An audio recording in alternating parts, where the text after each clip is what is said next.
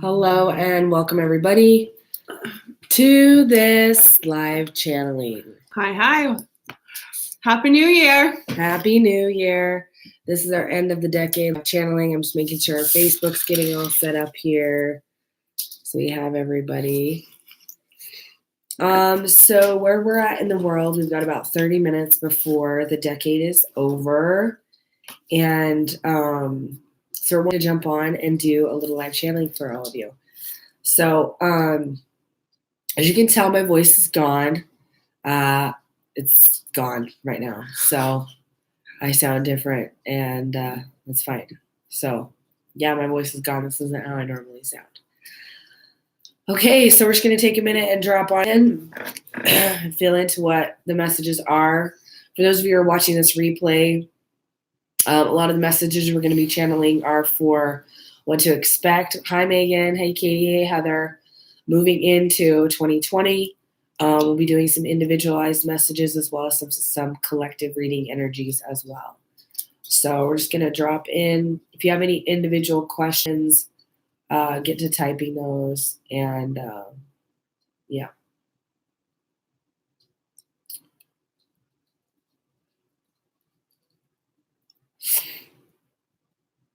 Okay.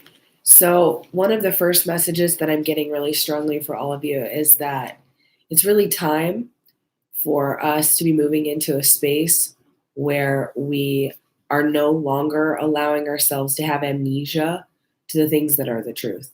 Mm-hmm. So we've known for a long time. How long ago did The Secret come out? It was like 2004 or some shit. Yeah. So for those of you who haven't seen The Secret was like, it's a full-length film, but it's basically about the law of attraction. And for those of you who've seen it, well, give me a 1 in the comments if you've seen it. Happy New Year. Hey, Katie. I'm sure most of you have seen or have heard of The Secret. Basically, it's talking about the law of attraction, which is the law that your frequency and the vibration that you're in actually creates your life and attracts what it is that you're experiencing based on what you're thinking and you're feeling and you're vibrating. Duh. Guys, that's like personal development, personal empowerment 101, right? And we've known this for decades now. And yet, how many of us are actively living that way? How many of us are, and I'm even asking this question of myself and of my love and of my clients, how many of us are actively monitoring what we're saying and thinking and vibrating? How many of us? And all the research is showing, if you've done any study into like the cutting edge of like brain research right now, meditation, quantum physics, quantum mechanics, it's all being validated. All of the research is showing and proving to us that reality is actually something we construct. Reality is changing based on the observer. They've had to redo so many studies and tests because depending on the scientist that's running it, it's changing the actual results. Yeah, a lot of great messages. So it's time for us to actually start living what we know.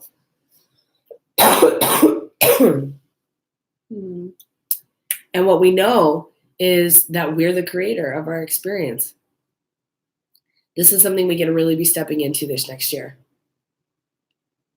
It's time to stop playing the victim game and the martyr game and the whiny bitch game that we do and really step into owning these things. And one of the things you can really do to help with this amnesia is to have a daily consumption of the materials that are being put out, like on Gaia TV and by Dr. Joe Dispenza and by like Abraham Hicks and, what was the guy we listened to today? He's hilarious. And he has all the little sayings he says. He was talking about Thoth. Oh my gosh. Infinite Waters. Ralph Smart. Yeah. Right. So be consuming these things, reminding yourself every single day.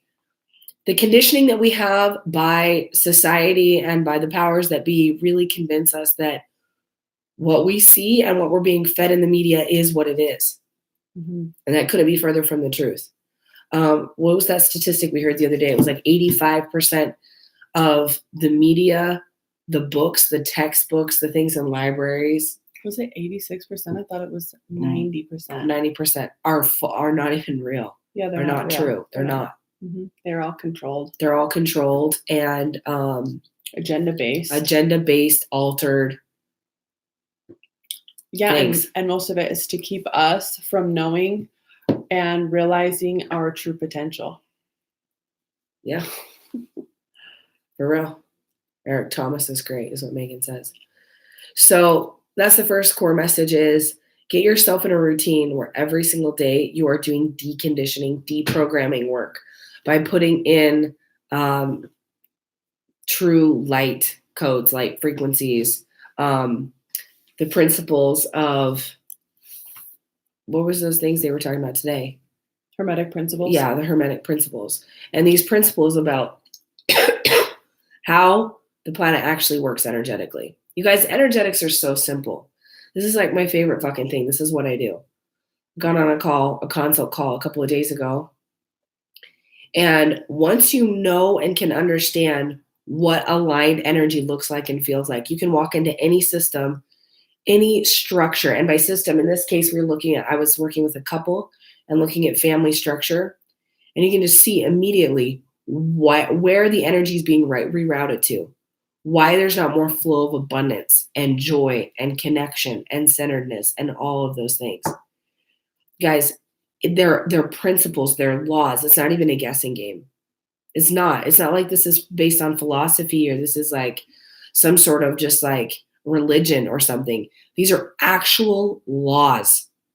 The law of attraction is a law for a reason. It's like the law of gravity. So yeah, why aren't we like honoring that? You're not going to run outside because of the law of gravity and like jump off a 10-story building, are you? No, because you're going to honor the law of gravity. So then why do you continue to spew such negative bullshit with your mouth? It's like the law is going to have you like face flat on the ground, fucked up.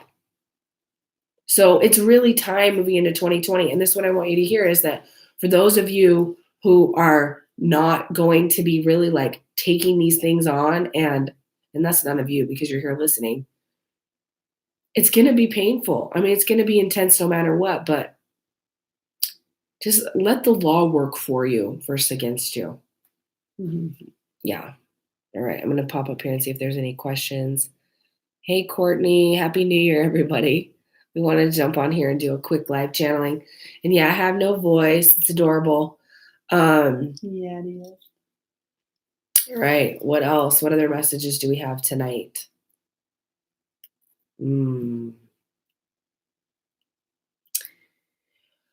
There's a lot of you right now as the new year is approaching, contemplating career changes and contemplating new business ideas and contemplating really taking a leap in areas that you've been playing small and waiting and waiting and waiting. And you're really wondering how it's going to go, obviously. And the guidance for you is basically what I'm already saying. I'm like reiterating it, but just in another way, which is the vibration that you hold about it is going to determine what happens. So your number one focus needs to be your vibration. That is your core work every single day. What are you vibrating? And a vibration is a combination of how you're feeling, what you're thinking, what you're believing. So even your subconscious programs are creating a vibration. That's what so many people don't get. You can't just sit there and say all day, I'm happy, I'm happy, I'm happy, I'm happy, I'm happy. If you're not doing the work, which looks like noticing when you're out of alignment, noticing when you're feeling funky or tweaked, and doing the inner work, asking the questions, where is this coming from? What is the story? What am I feeling? Where is the original number one thought? Right? Oh, this is based on when I was 7 and my mom left me at church and forgot I was there and I had to walk home and it took me an hour. Whatever the story is. We need to be doing the inner work. I'm so glad you said all that. Yeah. Hey, John. Hey, Angela. Hey, Jessica. Hey, Katie. Hey. Hey, Happy New Year. Happy New Year for Megan, it's already New Year's. Yeah, right. She's an hour ahead of us. She's up at late. least 2 Okay. hours. What else is there? I have so much I want to say. What's super relevant tonight? I would love to do some individual channeling. If anyone has any questions that can help direct what's going to come through next. Hey, Terry. That's such a legit acronym. If that was any other day, I wouldn't know that was Happy New Year, but HNY, girl. HNY. Shout out to all of our friends joining us on YouTube. Welcome.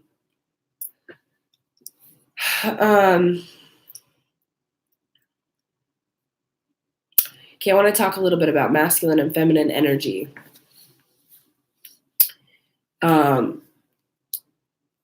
Everything in the universe is based on a polarity of masculine and feminine energy. Every single thing, every language, this is something we were listening to earlier too. What mathematics, the weather, nature, everything has masculine and feminine components and energies.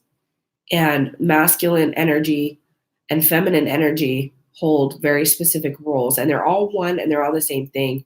There is a very distinct differentiation that creates a polarization that allows you to create union inside of systems, inside of families, inside of partnerships, and actually inside the law of attraction. So this is something I've talked about in great depth. We actually have a workshop, a 2-part workshop series that talks about this and masculine and feminine energy, and realizing that the divine source, universe, intuition, this holds the masculine energy and you are the feminine energy, because it's going to give and you're going to receive. Okay. So understanding and honoring these energies is so essential. And inside so many structures right now in society, the actual organization and hierarchy, if you will, is really fucked up. A lot of people think we need to be moving out of the patriarchy and into a matriarchy. That's not true. That's couldn't be further from the truth. So often when society swings one way, we think, oh, to compensate and to fix it, we got to swing really far the other way.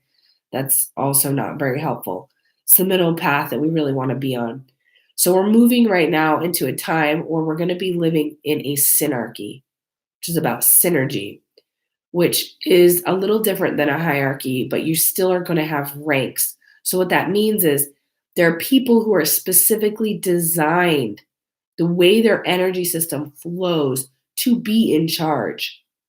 They have actual channeling for rulership, is what it's called, which basically means they're meant to dominate and be in charge of any room they go in.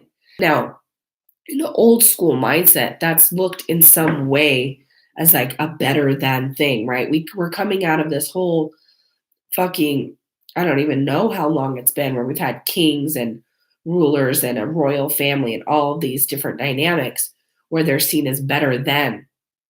In a synarchy, it's not that way. There's somebody who's in charge simply because they are dominant, they take initiative, and they're actually wired for initiating, and they're wired for orchestrating and facilitating the forward momentum of something. Then you'll have other people in the synarchy who their vision and job is strategy. That's what they do. They're the advisor. They're the person who's the ruler or the leader or the initiator goes to them. What are you seeing? Share your perspective. What strategies do you have? What blah, blah, blah, blah, blah. Then you'll have other people who are really, really powerful at taking action, that are actually there once the strategy is put in place and someone's initiating it. They're the doers of it. And they love it. And they bring in such energy and they bring in vitality and they bring in playfulness and they really get the machine going. Every single human in every single system has a unique role. Where things get fucked up is when we have people trying to be a role they're not. And when we have our mind determining what we should be doing versus our intuition. So the primary relationship, so everything is a mirror, as within, so without, as above, so below, right? So The most important work we can be doing for actually creating healing throughout all of the different energy systems is the work that we do in partnership with our partner, our romantic partner. And if you're single, then that's work you can be doing with between you and source. Even when you're in partnership, you're still doing that work between you and source. But this is going to be the most exaggerated mirror that you have to look in. So Mhm. growing up, I was raised in a culture and a society where it was like the man is in charge, and the man's in charge, and the man's in charge, and the man's in charge. And if any of you have ever seen My Big Fat Greek Wedding, my mom loves to joke about that show all the time. But basically, there's a scene where the Greek mama says, "Yeah, your dad's the head of the home, but I'm the neck and I can turn the head any way I want." And my mom used to joke about that a lot. So even inside a home dynamic, what we had happen was we had this whole women's rights movement thing happen. And when that happened, we wanted to create equality, right? We wanted women to have equal rights and to be treated as like an equal partner and to have all of these great things, which were important. But in so doing, what happened was we tried to actually uh, make both genders, and by that I don't even mean gender because there's so many different segments of this. So gender isn't exactly what I'm talking about, but I'm talking about masculine and feminine energy, but it often shows up on the planet as women and men representing the two components. Basically, what happened was women wanting equal rights, they tried to be like men. So they took a lot of their softer, more gentle qualities and they hardened them. And they became very competitive and they became very cutthroat. And they became very, all of these things, which were typically masculine traits. Now, again, I know I'm using the symbolism of men and women here. Go with me in the example because I am a dominantly masculine energy. So when I say men, I'm thinking of myself in that category because of the way my energy shows up, especially in my partnership. Okay. So the point of this is simply to say we often think that men need to be more like women and women need to be more like men, and that couldn't be further from the truth. We need each person to stand in their highest expression of what they came here to be and incarnate as. So we need sacred masculines, divine masculine energies here on the planet that are a little bit more dominant, that are a little bit more initiating, that do usually are the ones who speak up, right? That are usually the ones that are like facilitating or conducting the meeting or whatever. And guys, I'm using examples. A feminine energy can do all those fucking things too. But what I'm basically saying is that we need to uh, allow the energies to be okay doing what they do best. So if someone who is naturally a strategist feels like they need to be the initiator, they're forcing themselves into doing something that's not effortless to their design. That's what I'm basically saying. So differentiating ourselves is really important. Masculine energy has very specific roles and talents and skills. And when it's owning those and standing in those powerfully, the feminine energy has more space and room to be the magnet, the creative, the free flowing, the playful, all of those things. And not only do we need to do those in our relationships, like with our partner, we need to do that inside ourselves. When I allow the masculine aspects of me to step up, to lead, to be in charge, to hold space, the feminine part of me can relax, breathe easy, surrender, attract, manifest. So we're moving into a space now where we really get to get some awareness around differentiation. This is going to be hard because we have all these labels and we have all these things that feel like we're creating separatism, which actually isn't the goal. What we're trying to do is we're trying to create unity through polarization. If everybody is the same, there's no polarization. So we are all one. But what magnetizes us in together as one is the fact that we're all so fucking different. We're all a different piece to the puzzle. It's like building a vehicle or a car or a boat. If we were all steering wheels, there's nothing that's going to magnetize us together or have us even fit together to work together towards any sort of goal. But we each differentiate as the part and the piece that we are in the puzzle. The polarization happens and the oneness happens. So it seems like a contradiction that we need to differentiate to return to oneness. And what I mean by differentiate is not separatism or a better than less than or any of that, but it's a complete individualization of the ownership of your own unique place in the order of things. And we each have one. And inside of a family, each person, especially the heads of the house, the husband and wife, or the partnership, has very specific roles. And there's a specific order and trickle down of power and of energy and of focus that gets to happen for everything to flow. And if you even add one little tiny sliver, or it's kind of like we were talking about this the other day, if you've ever seen like a mousetrap thing where they have like the ball rolls down and knocks over the domino, and the domino knocks over the pencil, and the pencil hits the thing, right? And all these things happen. If you even move one of those things, like a micro movement out, you get totally different result, right? It doesn't work. It doesn't trigger everything down. Same thing in the flow of your structure inside your day, inside your mind, inside your energy, and especially inside your energy systems. So, regardless of what you do in your day, where you go, where you work, what your relationships are like, what your home life is like, there is a specific organization of energy. And we're moving to a place now where the most important word for us to have on our mind is honor. Honor. Honor is like a combination of love, acceptance, and respect. Honoring requires recognition.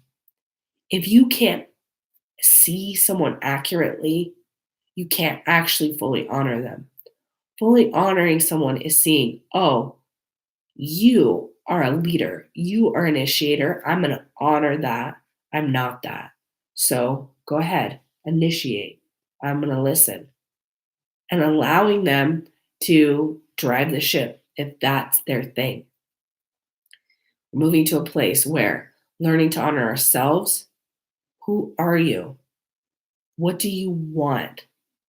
I spent many years of my life attending every workshop and reading every book I could to become more in tune with my feminine energy because I thought my design of being a very masculine energy was wrong. So I kept trying to force that to shift and change, thinking that that's what I needed to be. But man, what a game changer to realize that my most natural expression is the biggest gift that I can give to the planet. And that's something that we're going to be doing this next year. We're going to have an opportunity to honor what's in front of us. And it's a moment by moment honoring the flow of energy. And when you do that and allow that to drive your schedule, to drive your budget, to drive your actions, everything in your life is going to change. Honor. That's our word. That's our word.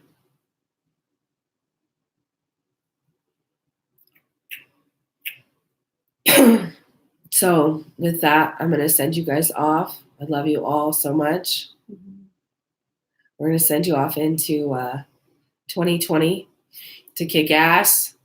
Hi, Christy. Hey, Christy. Happy New Year, all of you guys. Happy New Year. And we'll talk to you again on the other side. Love you.